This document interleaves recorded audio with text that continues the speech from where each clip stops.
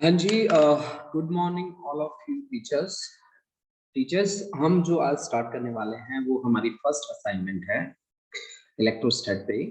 और हमने इसमें एनसीईआरटी बेस्ड क्वेश्चन कुछ पिक करे हैं। ये क्वेश्चंस मैंने अरिहंत पब्लिकेशन से उठाए हैं। अगर आपके पास अरिहंत की बुक है तो आप उससे गो थ्रू हो सकते हैं। मैं फर्स्ट क्वेश्चन पे आता हूँ। फर्स्ट क्वेश्चन देखिए मेरा क्या कहता है, मुझसे क्या क्वेश्चन करता है कि two equal charges each of 8 microcoulomb है। ये एक्चुअली जी लिखा है इसकी जगह, माइक्रो कर लीजिए। ये 8 माइक्रोकुलम का चार्ज है। 8 microcoulomb are separated by a distance in metres if they are located at, ये हमें दे रखा है एक पोजीशन और ये हमें दे रखी है दूसरी position. Then the electrostatic force between them is, electrostatic force का फॉर्मूला होता है F is equal to K Q1 Q2 divide by R square, जिसमें K की वैल्यू जो रहती है इलेक्ट्रोस्टैटिक कांस्टेंट, इसकी वैल्यू होती है 9 into 10 raised to power 9।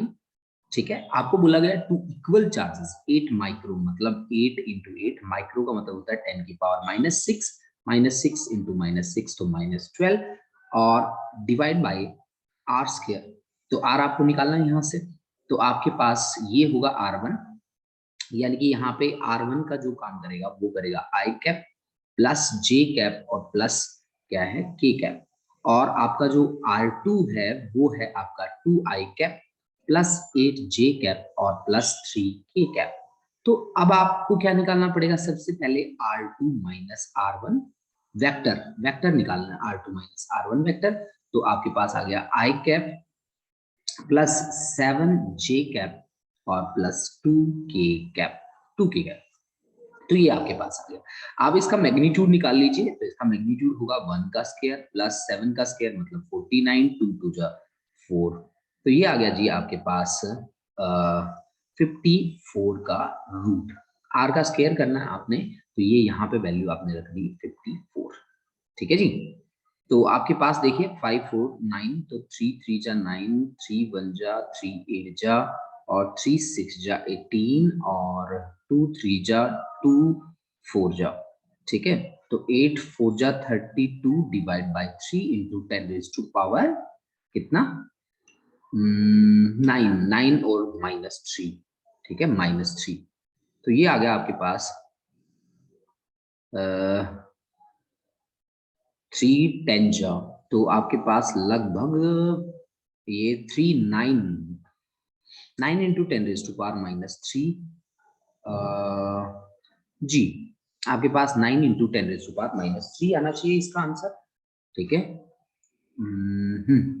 Q1 Q2 8 microcoulomb, I will check कि माइक्रो है कि मिली है। जी माइक्रो है, तो 9 इंटू 10 रेज टू पावर -3 होना चाहिए। ठीक है जी जी, मैं एक बार चेक कर लेता हूँ। ठीक है, हमने बिल्कुल सही करा है। तो हमारा आंसर कोई एग्जैक्ट तो मैच नहीं कर रहा, लेकिन यहाँ पे आपने ये चीज देख लेनी है, जैसे कि 10 की पावर -2, तो 10 की पावर -2 पे भी काम नहीं हो रहा। ठीक है, तो हमारा आता है वैसे 10 पॉइंट समथिंग, मतलब 10 इंटू 10 की पावर -3 है ना। तो आप 9 इंटू 10 रेज टू पावर -3 इसका ऑन एवरेज रिजल्ट निकाल सकते हैं। ठीक है, ऑन एवरेज। ठीक है जी जी, हमारे पास हाँ जी बिल्कुल सही सही आंसर हमारा है। ठीक है, तो हम इस तरह से काम करेंगे, हमारा रिजल्ट आ जाएगा। अब आगे क्या कहा कि two electrons are separated by a distance of 1 angstrom. 1 angstrom, angstrom का क्या मतलब होता है 10 raise to power -10। What is the Coulombian force between them, तो आपको फॉर्मूला यही यूज करना है, F is equal to K Q1 Q2 divide by R square. K जो है वो इलेक्ट्रिक कांस्टेंट है जिसकी वैल्यू है आपकी 9 into 10 raise to power 9 newton metre square per coulomb square, newton metre square per coulomb square. तो आप इस चीज का यूज करेंगे और डायरेक्ट रिलेशन आप निकाल लेंगे। दो इलेक्ट्रॉन है, इलेक्ट्रॉन के ऊपर चार्ज कितना होता है, तो Q1 की वैल्यू और Q2 की वैल्यू सेम है। जो इलेक्ट्रॉन के ऊपर चार्ज होता है 1.6 into 10 raise to power -19 coulomb, ये चार्ज आ गया आपके पास 1 एंगस्ट्रॉम, मतलब R है आपका 10⁻⁻10 मीटर के बराबर। तो इलेक्ट्रोकूलम्बियन फोर्स निकालिए, तो वही फोर्स है आपके पास। कहते हैं the law governing the force between the 2 point charges is known as Coulomb's law. Of course Coulomb's law, क्योंकि फैराडे लॉ जो है वो इलेक्ट्रोमैग्नेटिक इंडक्शन के लिए है, ओम्स लॉ जो है V is equal to IR के लिए है, एम्पियर्स लॉ जो है वो है line integral of magnetic field, ठीक है, B dot dl that is equal to mu naught into I। अब हमारे पास आता है क्वेश्चन नंबर 4। इसमें से हमें बोलना है कि which of the following statement is correct, इसमें से कौन सी स्टेटमेंट सही है। देखिए, unlike charges acquired by object neutralise or nullify each other's effects, so charge are named as negative and positive.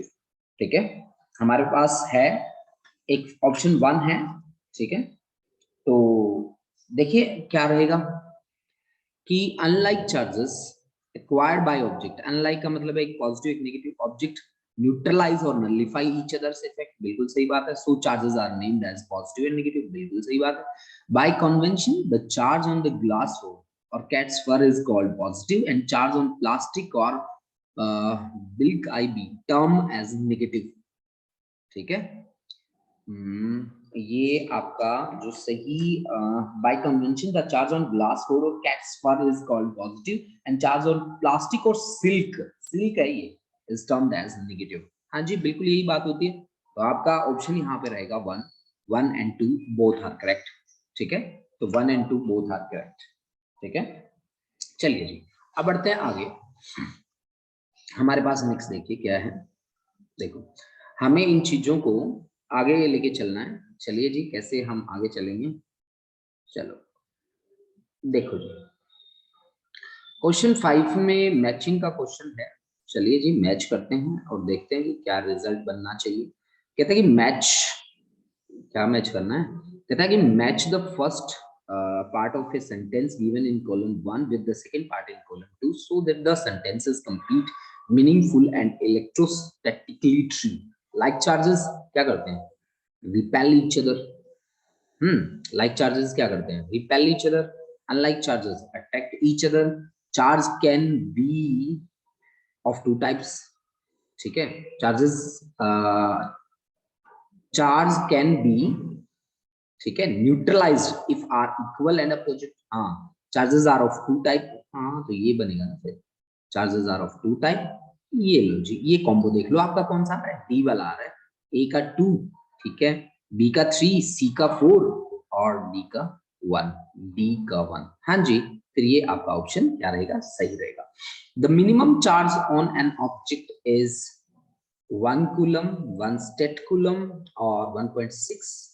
Minimum charge कितना होता है किसी भी ऑब्जेक्ट पे, तो क्वांटाइजेशन का रूल याद कर लो जी। क्वांटाइजेशन का रूल क्या कहता है कि Q is equal to plus minus N E. अगर मिनिमम चार्ज का मैग्नीट्यूड निकालना है तो n इज इक्वल टू 1 रख दो, तो Q is equal to plus minus e. इस बेस पे मुझे ना एक HC वर्मा का न्यूमेरिकल याद आ जाता है, जो कहता है कि find the minimum force of interaction between two charges. और जब मैं इस क्वेश्चन को मैंने पहली बार जब सुना था तो मुझे बड़ा अजीब सा लगा कि यार मैं मिनिमम फोर्स मैं कैसे निकाल दूं, कि मेरे को कोई वैल्यूज ही नहीं दे रखी, बिना वैल्यू के मैं मिनिमम फोर्स कैसे फाइंड करूं, बड़ा अजीब लगा था मुझे। मेरे से क्वेश्चन किया गया कि फाइंड द मिनिमम फोर्स, है ना, तो मिनिमम फोर्स मैं कहां से फाइंड करूं जी, मेरे को कोई वैल्यू तो दो। तो मुझे पता चला कि आप क्वांटाइजेशन का यूज कर सकते हैं, Q is equal to plus minus e. ये चार्ज हो सकते हैं आपके पास, Q1 की भी वैल्यू E हो सकती है और Q2 की वैल्यू भी E हो सकती है, और मिनिमम निकालना है तो R को मैं 1 मीटर ले लेता हूँ। ठीक है, जो डायमेंशंस हैं, तो ये मिनिमम फोर्स आ जाएगा। F मिनिमम कितना होगा, K Q1 Q2 divide by R square. K की वैल्यू जो रहती है वो रहती है जी 1/4 पाई एप्सिलॉन नॉट होती है, वैसे epsilon naught Q1 Q2 divide by R square. तो 1/4 पाई एप्सिलॉन नॉट की वैल्यू अभी भी मैंने बताई है 9 × 10⁻⁹ और Q1 Q2 मतलब E square divide by R square की वैल्यू 1 है। तो 9 × 10⁹ E स्क्वायर मतलब 1.6 × 1.6 10⁻⁻19 का स्क्वायर करेंगे तो -38 हो जाएगा। ठीक है, तो 1.6 1.6 और इंटू 9। तो देख लीजिए, आप इसको 10 मान लीजिए तो 16 इंटू 1.5 से मल्टीप्लाई कर दीजिए, ठीक है। तो 3/2 हो गया ये, और इंटू 10 रेज टू पावर कितना हो गया, हाँ जी 10 रेज टू पावर हो गया -29। तो आप देखिए 3/2 तो 24 इंटू 10 रेज टू पावर -29। आप इसको ऐसे भी लिख सकते हैं, पता है 2.4 इंटू 10 रेज टू पावर -28 क्या न्यूटन। बस ये है मिनिमम फोर्स, ठीक है। तो आपसे कोई क्वेश्चन करे तो आप सीधा सीधा बोल सकते हैं कि ये लो सर, ये है आपके पास आंसर, ठीक है जी। चलिए अब आगे बढ़ते हैं। देखिए क्वेश्चन जो प्रैक्टिस है उसके लिए सबसे बड़ी जरूरत है बेसिक कॉन्सेप्ट्स का आपके टिप्स पे होना। मैं आपको क्लियर बता रहा हूँ, जब तक बेसिक कॉन्सेप्ट आप टिप्स पे लेके नहीं चलोगे तब तक आपकी बात कभी नहीं बनेगी न्यूमेरिकल्स। न्यूमेरिकल के साथ फाइट करनी है या क्वेश्चंस के साथ फाइट करनी है, तो सबसे पहले आप उसकी स्टेटमेंट को बड़े ध्यान से पढ़ लो। स्टेटमेंट को पढ़ लो, उसके बाद आपका जो ज्ञान है ना, जितना भी आपने बटोर के रखा है सारा लगा दो उसके ऊपर, तो आपके कॉन्सेप्ट और कंटेंट में दम आ जाएगा, ठीक है। मैंने अपने टीचिंग कैरियर में यही बात सीखी कि न्यूमेरिकल के साथ फाइट करना बहुत ईजी है, बट उसको ना सोचना पहले बड़ा थोड़ा डिफिकल्ट हो जाता है। क्वेश्चन में आंसर छुपा होता है, तो आप बहुत इजीली उसके साथ काम कर सकते हैं, ठीक है जी। जी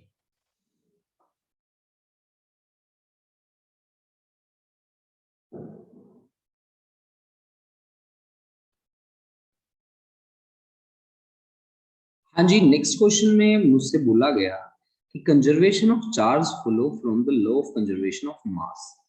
मुझसे ये बात बोलेगी कि law of conservation of mass, कहता है अब वो स्टेटमेंट इज, वैसे मैं आपको एक बात बताऊं कि चार्ज और मास का क्या लिंक है यार, चार्ज और मास को कैसे जोड़ दोगे आप, है ना। वैसे मैं आपको बता दूं कि हमारी जो रूटीन लाइफ है उसमें कंजर्वेशन ऑफ चार्ज भी ओबे होता है, कंजर्वेशन ऑफ चार्ज भी ओबे होता है ना। कंजर्वेशन ऑफ मास भी ओबे होता है, टोटल एनर्जी भी ओबे होता है, टोटल लीनियर मोमेंटम भी ओबे होता है। तो ये चीजें आप हमेशा याद रखिए कि टोटल एनर्जी हमेशा कंजर्व रहती है, लीनियर मोमेंटम हमेशा कंजर्व रहती है, मास हमेशा कंजर्व रहता है, चार्ज हमेशा कंजर्व रहता है, ठीक है। तो इसका ऑप्शन डी आ जाएगा कि मास और charge are two different physical quantities, ठीक है। और ये फॉलो भी करती है कंजर्वेशन लॉ को, तो इसमें कोई दो राय नहीं है, इसको तो मैं सीधा बोल सकता हूँ कि हाँ जी ये फॉलो करती है कंजर्वेशन को, ठीक है। अब हम क्वेश्चन नंबर 8 पे आते हैं, जिसने बोला है इसने कि कंसीडर द फॉलोइंग स्टेटमेंट। ऐसे ऐसे क्वेश्चन बड़े आते हैं, और ये क्वेश्चंस बड़े है ना पजल भी करते हैं हमें, ठीक है। कहीं ना कहीं थोड़ा बहुत तो देखो डरा ही देते हैं ऐसे क्वेश्चंस, जब हम देखते हैं कि यार ये देखो क्या पूछ रहा है हमसे, है ना। चलो देखते हैं फिर ये हमें कितना, मतलब इससे हम कितने भयभीत हो जाएंगे। चलिए स्टार्ट करते हैं। कहते हैं कि when we produce charge q1 on a body by rubbing it against another body which gets a charge q2 in the process, then q1 plus q2 is equal to 0। बात बिल्कुल सही है यार, कि charge on an isolated system remains constant, बिल्कुल सही बात है। हाँ, तो इसकी तो दोनों की दोनों स्टेटमेंट करेक्ट है कि आइसोलेटेड सिस्टम का मतलब होता है जिसका बाहर से कोई लेना देना ना हो, ठीक है ना। तो बिल्कुल सही बात है कि बोथ स्टेटमेंट आर करेक्ट, ठीक है जी, बिल्कुल सही है। तो आगे बढ़ते हैं, फिर इस पे क्यों ज्यादा टाइम लगाते हैं, ठीक है। चलिए नेक्स्ट देखिए, क्वेश्चन नंबर 9। कहता है कि when a glass rod is rubbed with A silk cloth. अच्छा, कि ग्लास रोड को रब करना है सिल्क क्लॉथ के साथ, चार्ज अपीयर ऑन बोथ।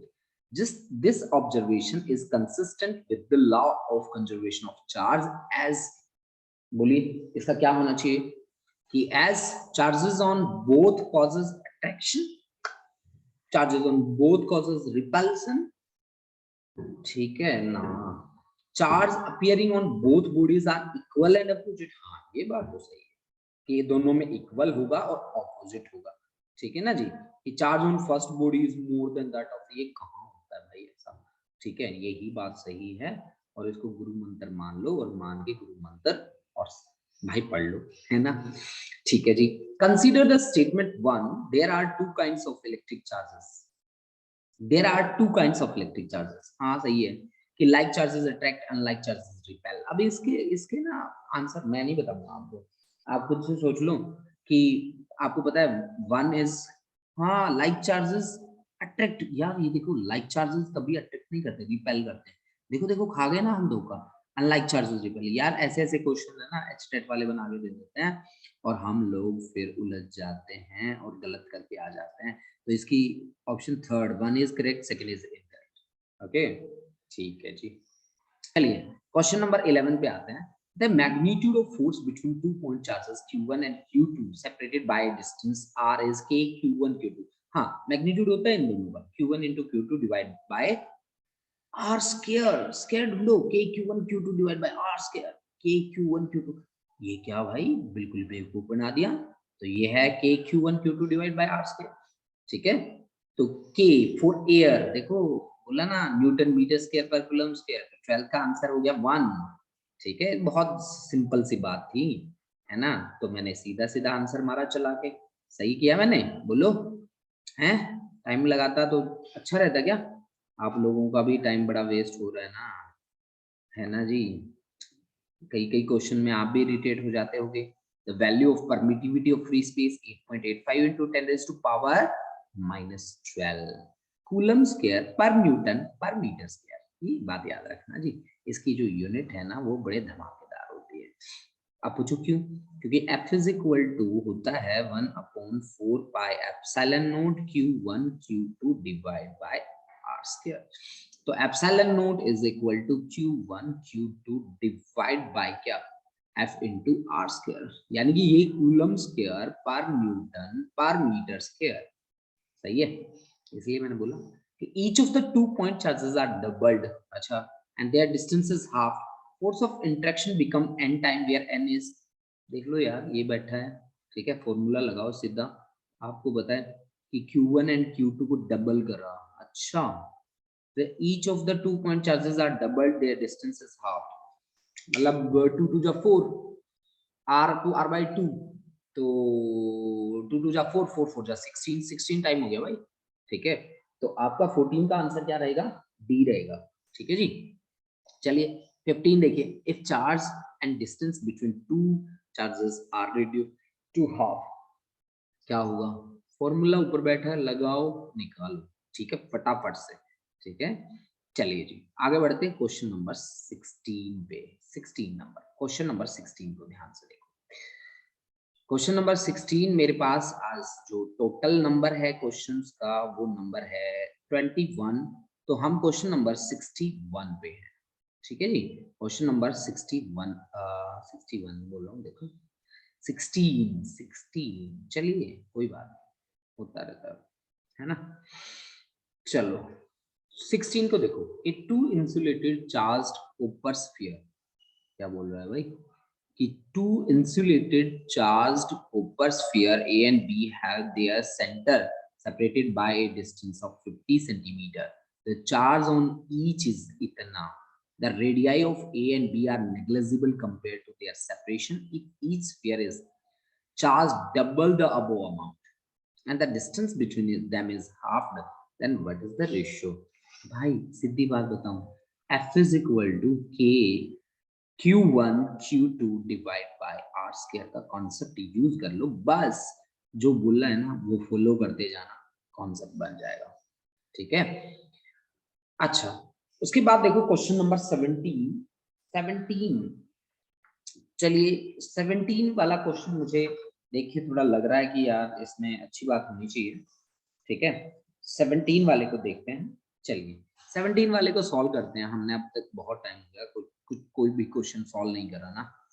चलिए फिर 17 को आप लोग कहते हैं सॉल्व करने के लिए, तो सॉल्व करके देते हैं आपको, हैं आप भी क्या याद रखोगे, हैं। चलिए कोई बात नहीं, कि two charges two identical sphere with charges q and -2q are kept some distance apart, exert a force F on each other. If they are made to touch each other and replaced at their old position, the force of attraction between them will be, पहले F कितना है, पहले F है कि 2q का square, मतलब magnitude लेना होता है ना आपने। ठीक है, और डिवाइड बाय r स्क्वायर, है ना।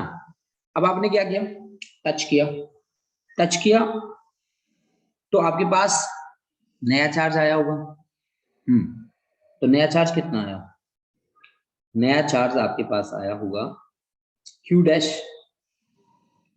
सही है, Q और -2Q है ना, तो Q डैश कितना है आपके पास, Q डैश आया Q -2Q है ना, और डिवाइड बाय 2, तो ये आ गया बेटा आपके पास -Q/2, -Q/2, ये नया चार्ज है कि इतना ही चार्ज उसके पास होगा, इतना ही चार्ज उसके पास होगा, है ना, -Q/2, ठीक है।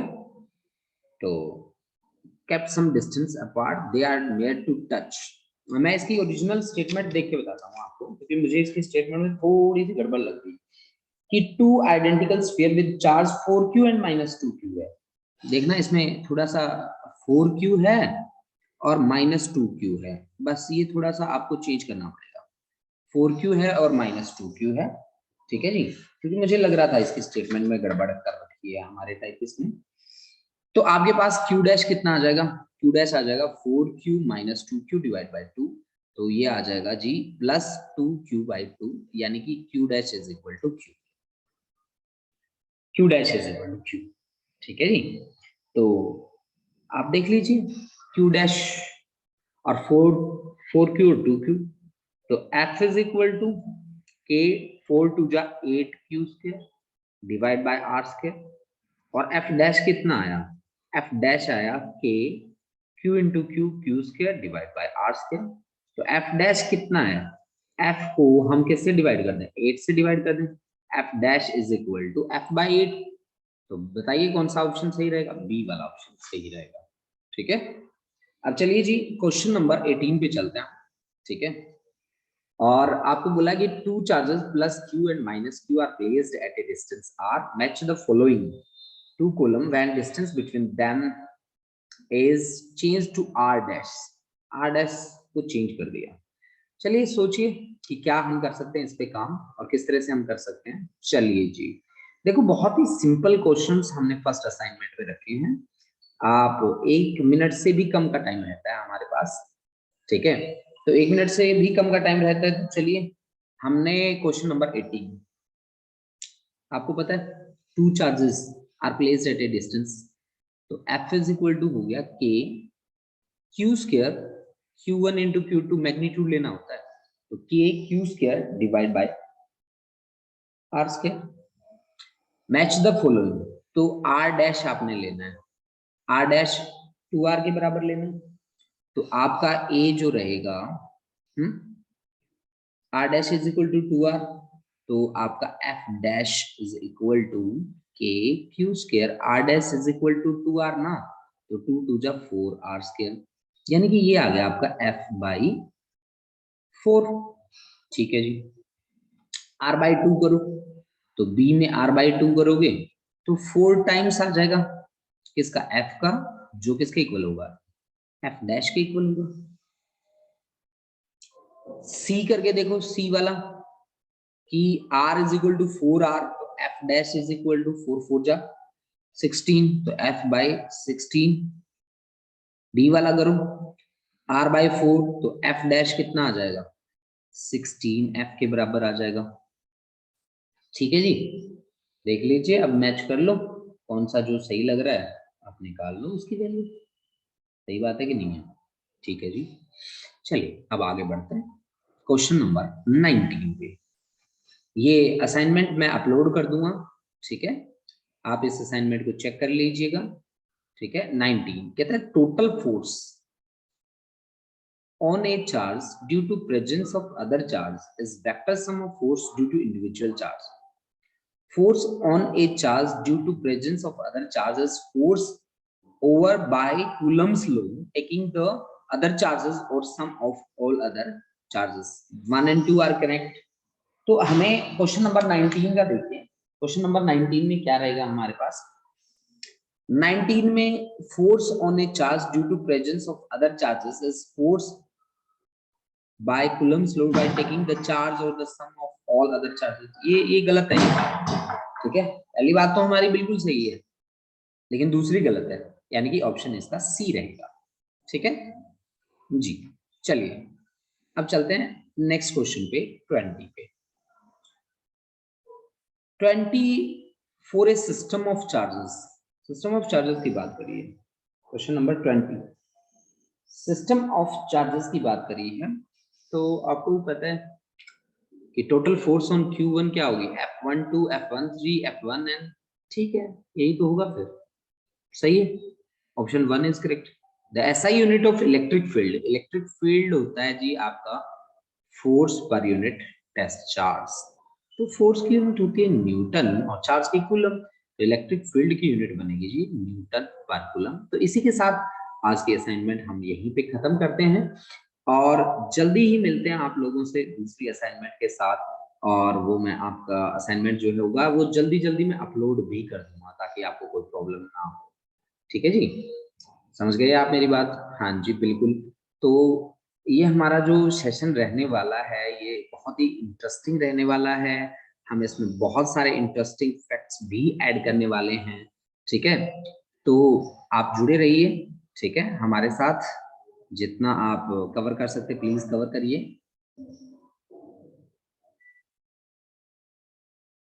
तो मैं यही कहूँगा आप लोगों को कि आप मेरे साथ हम लगातार आप लोगों के लिए असाइनमेंट स्टडी मटेरियल लेके आ रहे हैं, जो जितने ज़्यादा जुड़ सकते हैं जुड़ जाओ।